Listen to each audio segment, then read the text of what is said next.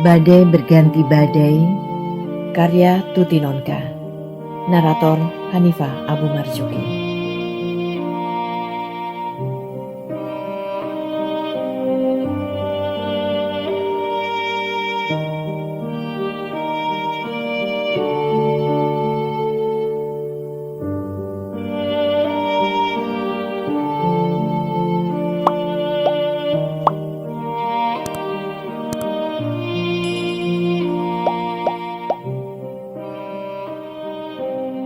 Mas Yudi pulang sore. Waktu makan malam, kuceritakan padanya tentang pertemuanku dengan Bu Amah. Kukatakan juga kesanku yang agak aneh terhadap wanita tua itu. Matanya yang kosong dan mati, ekspresi wajahnya yang seperti kanak-kanak, yang memohon-mohon dan takut berbuat salah. Kecemasannya yang janggal, dan kesendiriannya tinggal di rumah tua itu. Bu Amah tidak punya anak. Mas Yudi bertanya. Belum sempat kutanyakan. Ia kelihatannya melamun sendiri, jadi aku tidak berani mengganggu. Memang begitu kalau orang sudah tua dan hidup sendiri. Ya, aku mengangguk. Angan-anganku melayang ke ibuku sendiri, yang juga hanya tinggal dengan seorang pembantu di rumah kami yang besar dan berhalaman luas. Setelah semua anak-anaknya menikah dan tinggal di kota lain, rumah kami menjadi sepi. Bapak sudah meninggal lama sebelumnya ketika aku baru berumur 7 tahun. Dengan ketabahan dan ketegarannya, ibu membesarkan 7 orang anaknya yang masih kecil-kecil hingga semuanya selesai sekolah dan membangun rumah tangga sendiri-sendiri. Sering aku ingat betapa nakalnya kami dulu. Tidak mau tahu kesulitan dan beban ibu yang teramat berat. Kini, setelah semua berumah tangga, punya anak sendiri-sendiri kecuali aku, baru kami merasakan betapa banyak yang telah dilakukan ibu untuk kami. Dan betapa besar cinta kasihnya. Berulang kali kami meminta ibu untuk tinggal bersama anak-anak saja, tapi ibu tidak mau. Hidup ibu memang sudah lekat menjadi satu dengan rumah kami dan lingkungannya. Kegiatan arisan, pengajian, rapat ini itu, mengkreditkan barang-barang, bahkan penataran P4, membuat ibu tak pernah kesepian. Asal anak-anaknya hidup tentram tak kurang suatu apa, ibu sudah merasa sangat bahagia. Ibu yang terbiasa aktif dan hidup sendiri memang sulit kalau kemudian hanya harus ikut anak, walau anak-anak sendiri menginginkannya. Tapi kesendirian Bu Amah kurasa berbeda dengan kesendirian ibuku.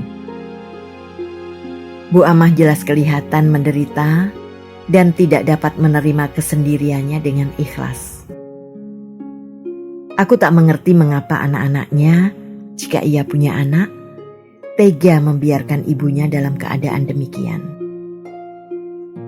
Kelihatannya kau sangat tertarik pada Bu Amah. Mas Yudi menggugah lamunanku. Aku mengangguk, masih terharu oleh kenangan kepada ibuku dan iba pada Bu Amah. Aku berjanji akan menata halaman rumahnya 1-2 hari mendatang ini, sahutku. Itu bagus. Sebaiknya hari Minggu saja, Dek, supaya kita bisa bekerja sama-sama. Aku juga belum berkenalan dengan beliau. Kurasa orang seperti Bu Amah wajib kita santuni lebih dari orang lain. Aku memandangnya dengan gembira. Aku sungguh beruntung punya suami sebaik Mas, kataku dengan sungguh hati. Mas Yudi tertawa.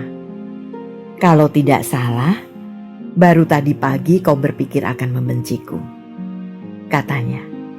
Ya, kupikir tidak mungkin aku akan punya perasaan selain cinta kepadanya. Esoknya, Aku sengaja masak lebih banyak dari biasa. Kuusahakan memasukkan bumbu-bumbu selengkapnya agar siapapun dapat menikmati masakanku tanpa terlalu kecewa. Jam 10 pagi, rendang telur dan pergedel ayamku sudah siap santap. Kuambil 2 buah piring dan kuisi masing-masing secukupnya. Pintu kukunci dan aku pun berjalan ke rumah Bu Amah untuk mengantarkan hasil masakanku. Rumah itu kelihatan sunyi sepi. Jendela dan pintu kayu terbuka, tapi kacanya tertutup rapat. Dari sela-sela vitras yang telah mulai kuning kecoklatan oleh debu dan usia, aku mengintip ke dalam kamar tamu. Kosong, lengang dan sunyi mati. Pintu ku ketuk perlahan. Tak ada suara. Ku ketok lagi lebih keras. Tetap sunyi. Akhirnya, ku ketok keras sekali.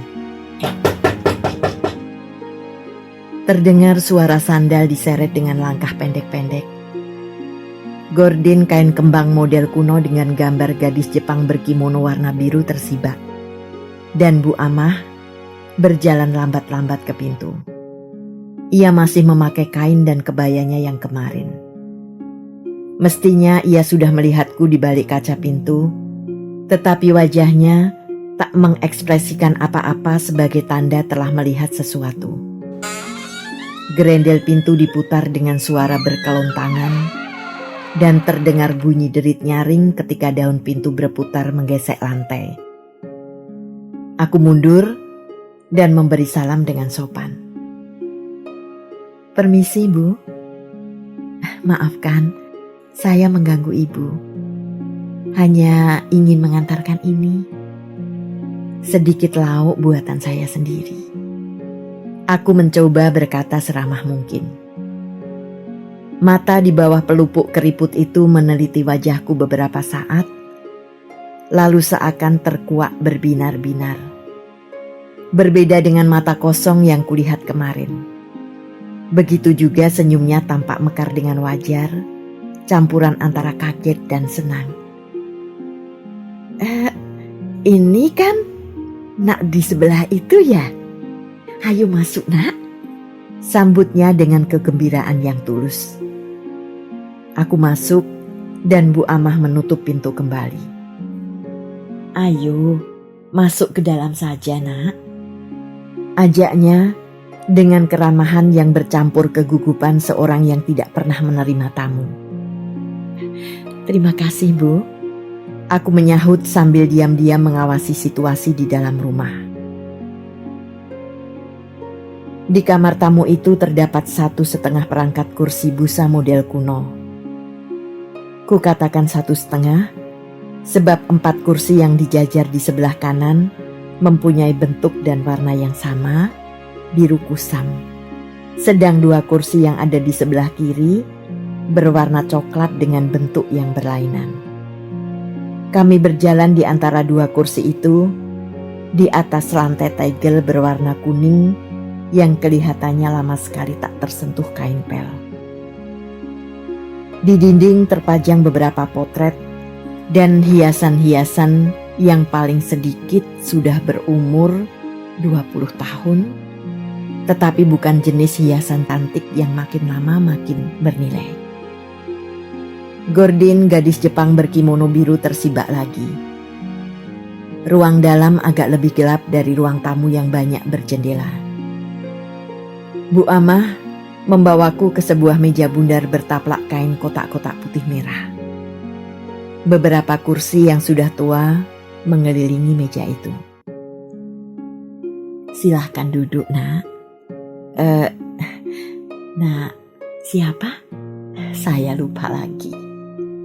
"Leli, Bu." "Oh iya, Nak Leli.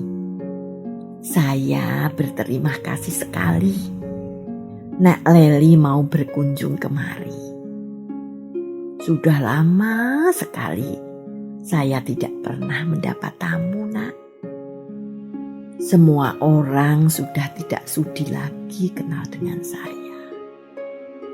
Kata Bu Amah dengan kesedihan mulai membayang. Mungkin mereka hanya sedang sibuk saja, Bu. Jadi tidak sempat kemari. Maklum, zamannya lagi susah. Kalau tidak kerja keras, tidak bakal cukup buat hidup. Apalagi yang masih ngontrak rumah seperti kami ini. Aku mencoba merintang kekecewaannya. Iya ya, sekarang zamannya susah. Pensiun saya semakin lama semakin sempit untuk hidup sebulan. Sawah juga sudah habis. Bu Amah mengeluh dan memperlihatkan gejala akan jatuh kembali dalam kemurungan yang kujumpai kemarin. Ini saya bawakan lauk, Bu. Mudah-mudahan Ibu belum masak. Cepat-cepat kualihkan percakapan kami ke hal lain. Ya Allah, alhamdulillah, ada juga rezeki untuk saya. Saya memang tidak pernah masak, Nak. Orang seperti saya, seberapa kebutuhan makannya? Paling-paling saya beli nasi sama sayur tempe 100 rupiah.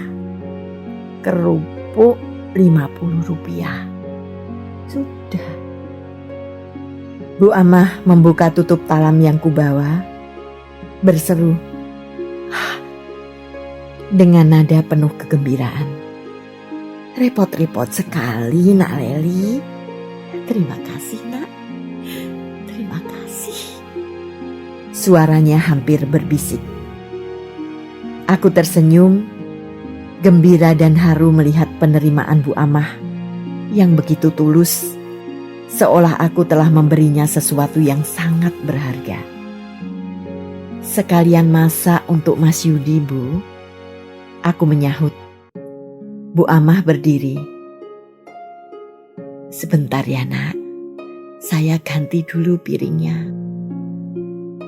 Sementara wanita tua yang hidup sendiri itu pergi ke dapur, aku mendapat kesempatan mengamati keadaan rumah itu dengan lebih cermat.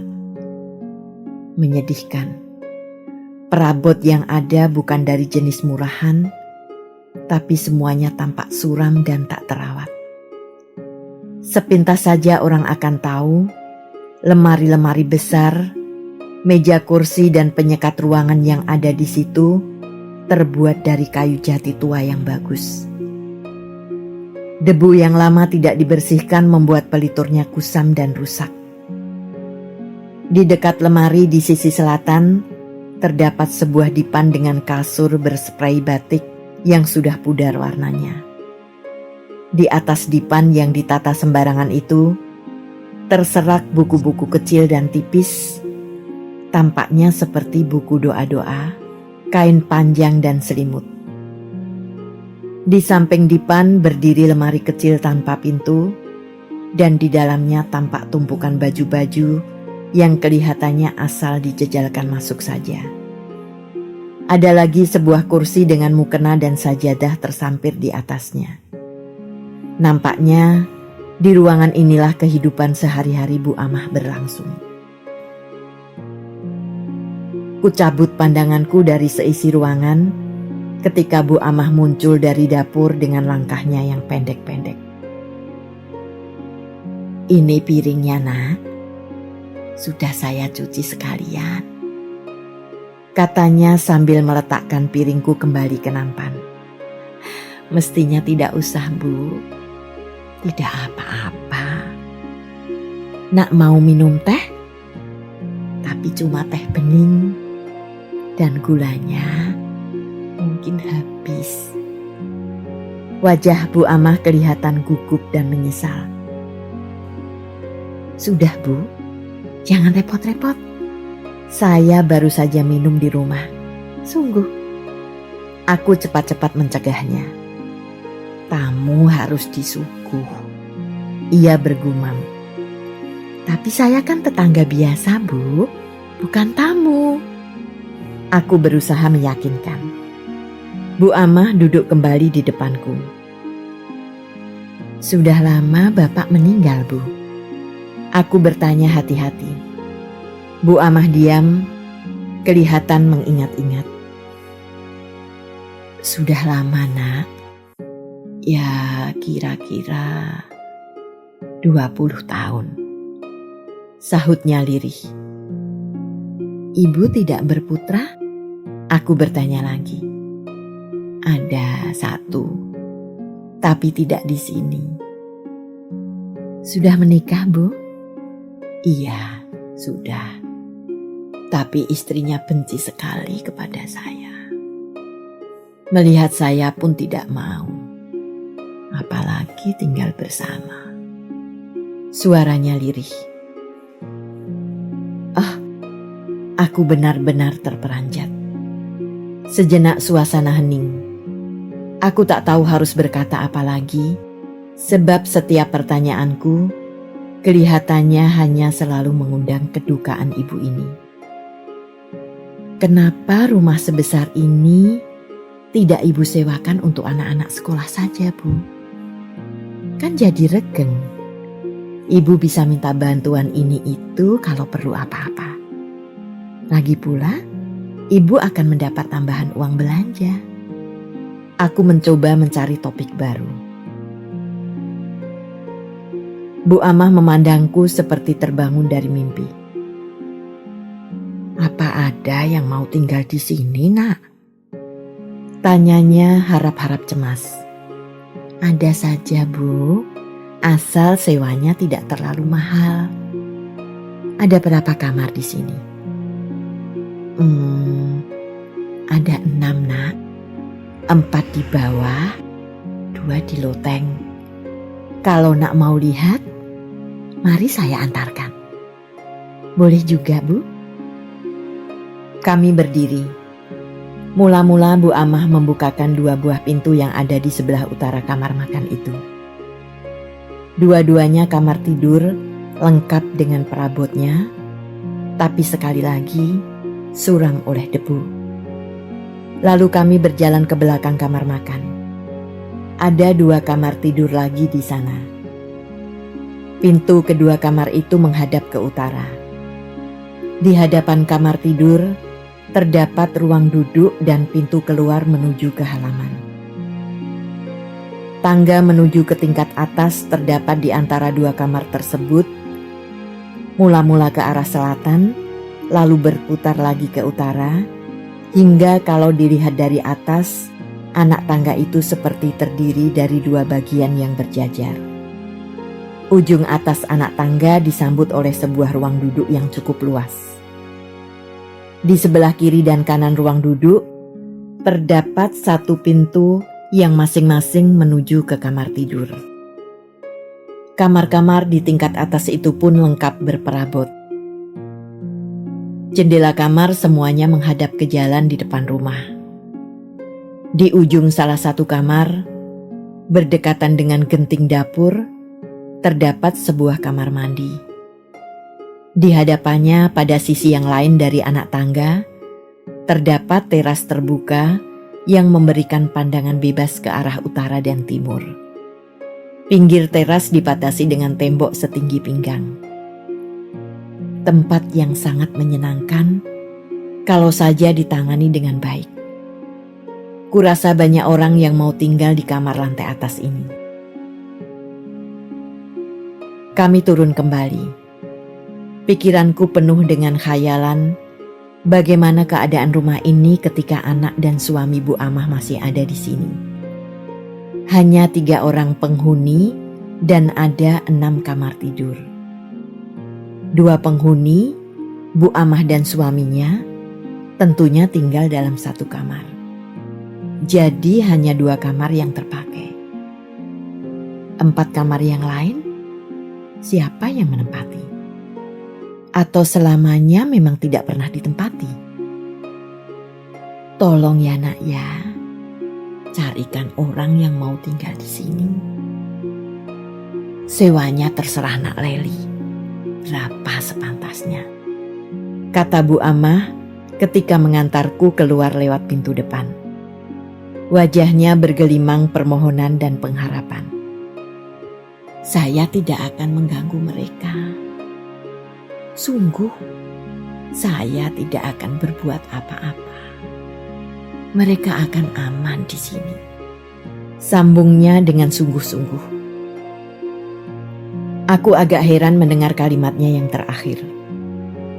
Apa maksudnya bahwa ia tidak akan mengganggu dan tidak akan berbuat apa-apa? Juga seolah-olah ia khawatir orang akan merasa tidak aman di rumahnya.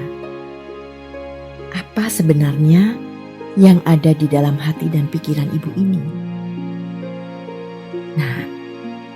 Nak mau menolong saya?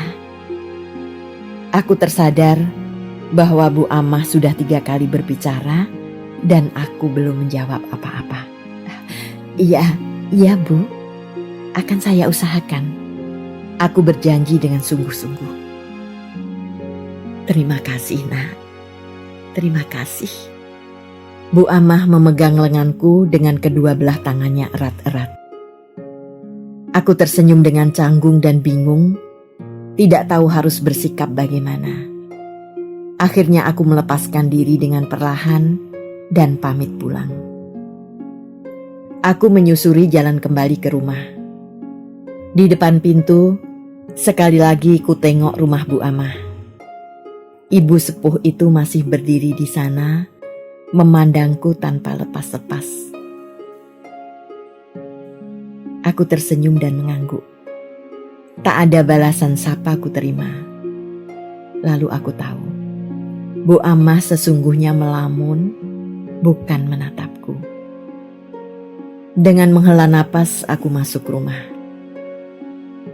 Bayangan suasana rumah Bu Amah tak hilang-hilang juga dari ingatanku. Aku merasa ada satu kesedihan yang hebat pernah terjadi di rumah itu. Perabot-perabotnya yang kusam dan lama terlupakan, seakan memandang kepadaku dengan penuh keinginan untuk bercerita. Udaranya yang lembab dan berbau debu, terasa misterius dan menyimpan sesuatu.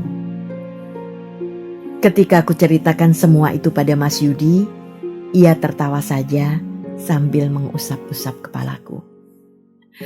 Kok ini rupanya benar-benar seorang seniman. Rumah tak apa-apa kau bilang pemarah. Sekarang perabotnya yang berdebu, kau katakan ingin mengajakmu ngobrol. Dek, ia tertawa panjang. Aku tak bisa menjawab apa-apa selain ikut tertawa saja.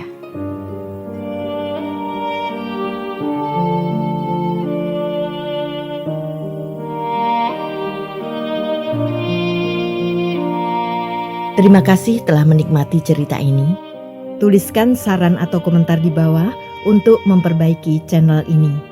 Jangan lupa tekan tombol subscribe, like, and share.